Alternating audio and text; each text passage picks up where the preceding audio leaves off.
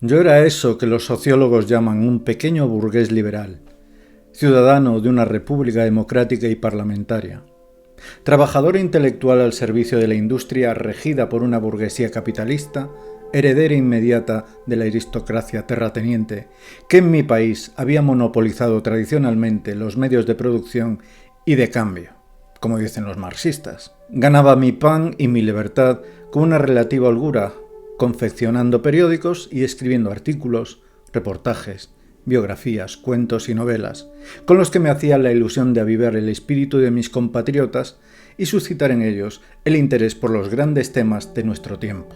Cuando iba a Moscú y al regreso contaba que los obreros rusos viven mal y soportan una dictadura que se hacen la ilusión de ejercer. Mi patrón me felicitaba y me daba cariñosas palmaditas en la espalda. Cuando al regreso de Roma aseguraba que el fascismo no ha aumentado en un gramo la ración de pan del italiano, ni ha sabido acrecentar el acervo de sus valores morales, mi patrón no se mostraba tan satisfecho de mí ni creía que yo fuese realmente un buen periodista. Pero, a fin de cuentas, a costa de buenas y malas caras, de elogios y censuras, yo iba sacando adelante mi verdad de intelectual liberal, de ciudadano de una república democrática y parlamentaria. Sí, como me ocurría a veces, el capitalismo no prestaba de buen grado sus grandes rotativas y sus toneladas de papel para que yo dijese lo que quería decir. Me resignaba a decirlo en el café, en la mesa de redacción o en la humilde tribuna de un ateneo provinciano, sin el temor de que nadie viniese a ponerme la mano en la boca y sin miedo a policías que me encarcelasen, ni encamisados que me hiciesen purgar atrozmente sus errores. Antifascista y antirrevolucionario por temperamento, me negaba sistemáticamente a querer la virtud salutífera de las grandes conmociones y aguardaba trabajando, confiado en el curso fatal de las leyes de la evolución. Todo revolucionario, con el debido respeto, me ha parecido siempre algo tan pernicioso como cualquier reaccionario. En realidad, y prescindiendo de toda prosopopeya, mi única y humilde verdad, la cosa mínima que yo pretendía sacar adelante, merced a mi artesanía y a través de la anécdota de mis relatos vividos e imaginados, mi única y humilde verdad era un odio insuperable a la estupidez y a la crueldad. Es decir, una aversión natural al único pecado que para mí existe, el pecado contra la inteligencia, el pecado contra el Espíritu Santo. Pero la estupidez y la crueldad se enseñoreaban en España. ¿Por dónde empezó el contagio? Los caldos de cultivo de esta nueva peste, germinada en ese gran pudridero de Asia, nos los sirvieron los laboratorios de Moscú, Roma y Berlín, con las etiquetas de comunismo, fascismo o nacionalsocialismo. Y el desapercibido hombre celtíbero los absorbió ávidamente. Después de 3 siglos de barbecho, la tierra feraz de España hizo pavorosamente prolífica la semilla de la estupidez y la crueldad ancestrales. Es vano el intento de señalar los focos de contagio de la vieja fiebre cainita en este o aquel sector social, en esta o aquella zona de la vida española. Ni blancos ni rojos tienen nada que reprocharse. Idiotas y asesinos se han producido y actuado con idéntica profusión e intensidad en los dos bandos que se partieran España. De mi pequeña experiencia personal, puedo decir que un hombre como yo, por insignificante que fuese, había contraído méritos bastantes para haber sido fusilado por unos y por los otros. Me consta por confidencias fidedignas que, aun antes de que comenzase la guerra civil, un grupo fascista de Madrid había tomado el acuerdo, perfectamente reglamentario, de proceder a mi asesinato como una de las medidas preventivas que había que adoptar contra el posible triunfo de la revolución social, sin perjuicio de que los revolucionarios, anarquistas y comunistas considerasen por su parte que yo era perfectamente fusilable. Cuando estalló la guerra civil, me quedé en mi puesto cumpliendo mi deber profesional. Un consejo obrero, formado por delegados de los talleres, desposeyó al propietario de la empresa periodística en que yo trabajaba y se atribuyó sus funciones. Yo, que no había sido en mi vida revolucionario, ni tengo ninguna simpatía por la dictadura del proletariado, me encontré en pleno régimen soviético. Me puse entonces al servicio de los obreros, como antes lo había estado a las órdenes del capitalista, es decir, siendo leal con ellos y conmigo mismo.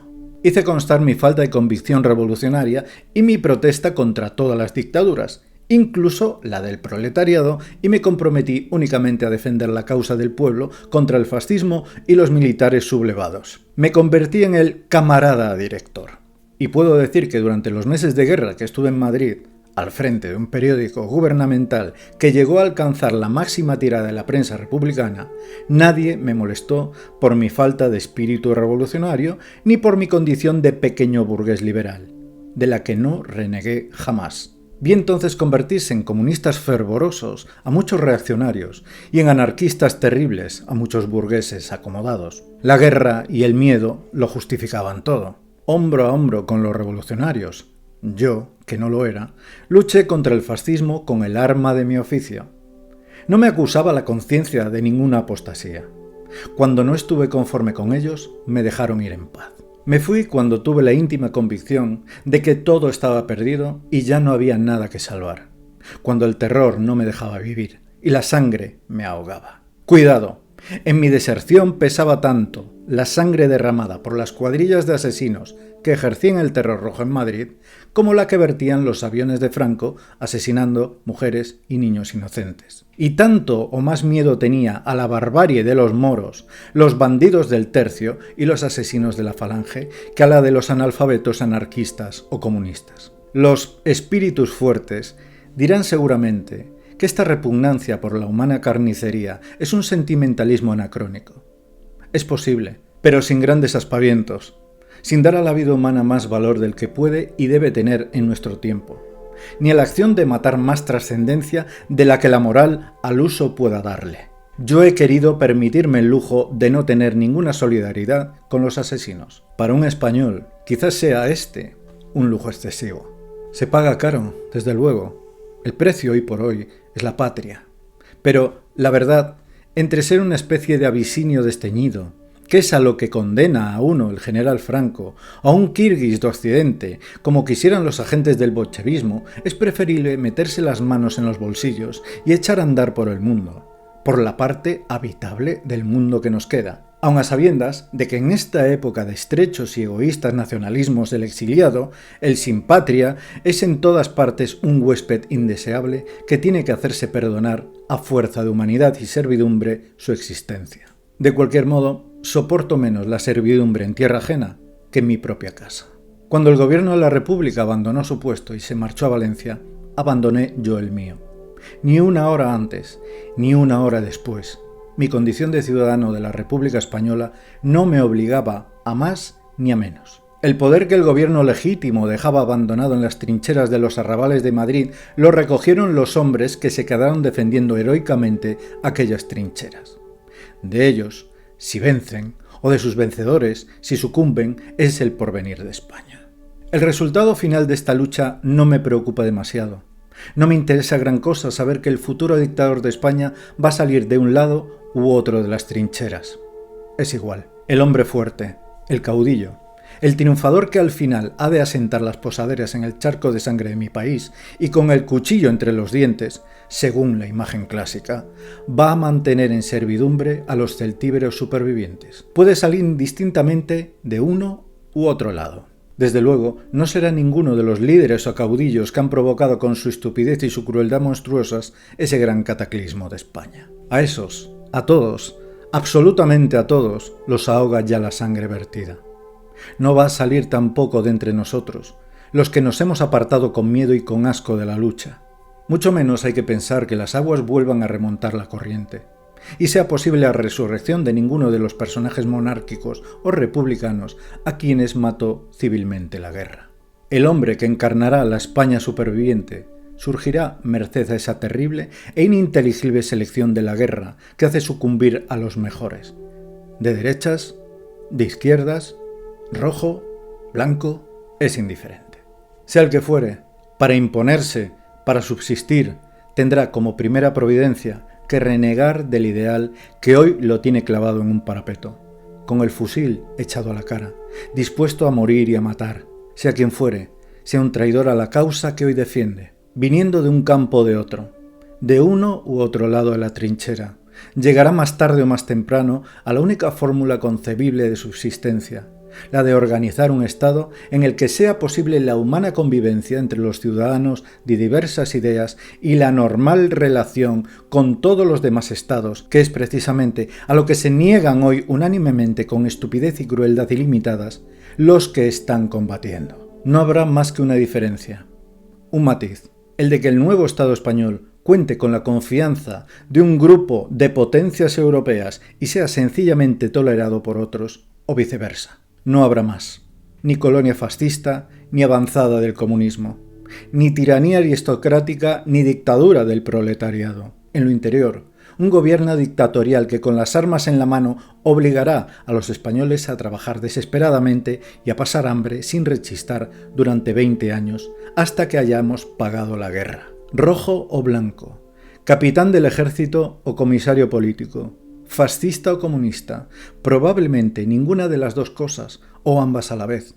El comité que nos hará remar a latigazos hasta salir de esta galerna ha de ser igualmente cruel e inhumano. En lo exterior, un Estado fuerte colocado bajo la protección de unas naciones y la vigilancia de otras.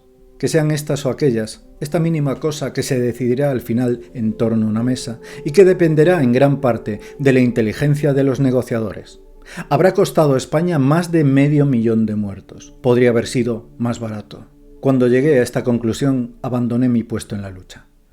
Hombre de un solo oficio, anduve errante por la España gubernamental, confundido con aquellas masas de pobres gentes arrancadas de su hogar y su labor por el ventarrón de la guerra. Me expatrié cuando me convencí de que nada que no fuese ayudar a la guerra misma podía hacerse ya en España. Caí naturalmente en un arrabal de París, que es donde caen todos los residuos de la humanidad que la monstruosa edificación de los estados totalitarios va dejando. Aquí, en este hotelito humilde de un arrabal parisiense, viven mal y esperan a morirse los más diversos especímenes de la vieja Europa.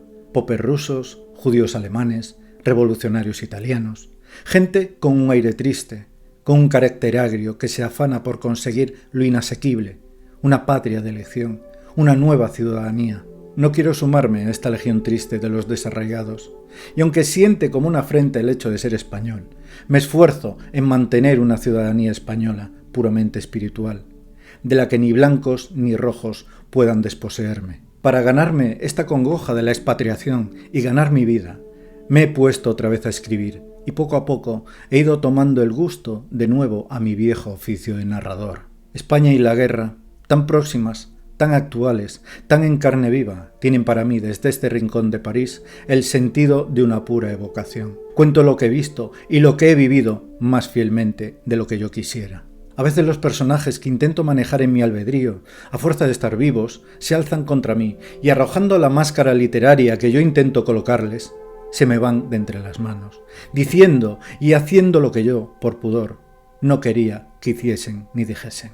Y luchando con ellos y conmigo mismo por permanecer distante, ajeno, imparcial, escribo estos relatos de la guerra y de la revolución que presuntuosamente hubiera querido colocar subespecie ad eternitatis. No creo haberlo conseguido, y quizás sea mejor así. Montreuc, Sen, enero-mayo de 1937. Este fue el prólogo del libro llamado A sangre y fuego, héroes, bestias y mártires de España, por el periodista republicano Manuel Chávez Nogales, que dejó España harto y asqueado de unos y otros. Un hombre con una brillante carrera a nivel nacional e internacional, director de varios diarios extranjeros y luchador incansable por la libertad. Coincido prácticamente en todo con él, porque el escenario que se vive hoy de revanchismo, de cinismo, venganza y estupidez se parece mucho al que se relata aquí. Ya solo falta que un bando empuñe las armas. Menos mal que solo lo hacen en las cloacas, que son las redes sociales. Eso sí, con la peor de todas las bilis, con el peor vocabulario de tascorro con olor a vino rancio y con la amnesia de una memoria selectiva y sectaria de unos y otros que nada tiene de demócrata porque ellos tampoco lo son. Los oyes, los observas y en el fondo son niños malcriados jugando con fuego y de paso con vidas ajenas. Y siguen aplicando las mismas fórmulas, los mismos discursos caducos, las mismas consignas que deberían no salir del frasco de formol. Hablando el mismo idioma de probeta y fábrica de clones. Una verborrea sirve de plantilla para todos sus feligreses. curas sin sotana, charlatanes vendedores de paraísos artificiales, fabricantes de humo, bulos y mentiras. Como decía Dante en aquella película, sois unos miserables hijos de puta. ¿Cómo me arrepiento de no haber dicho esto mucho antes? Y es que aplaudís a rabiar un político porque eso os da el chute a diario para inflar el pecho y cagaros en el otro.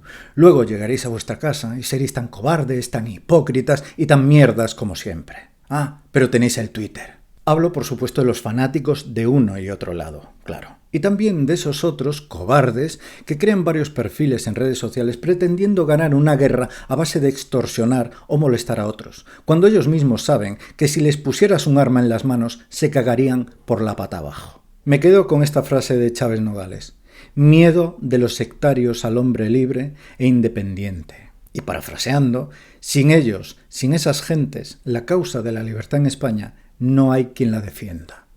Este periodista acabó sus días viviendo solo en Londres y enterrado en una tumba sin lápida.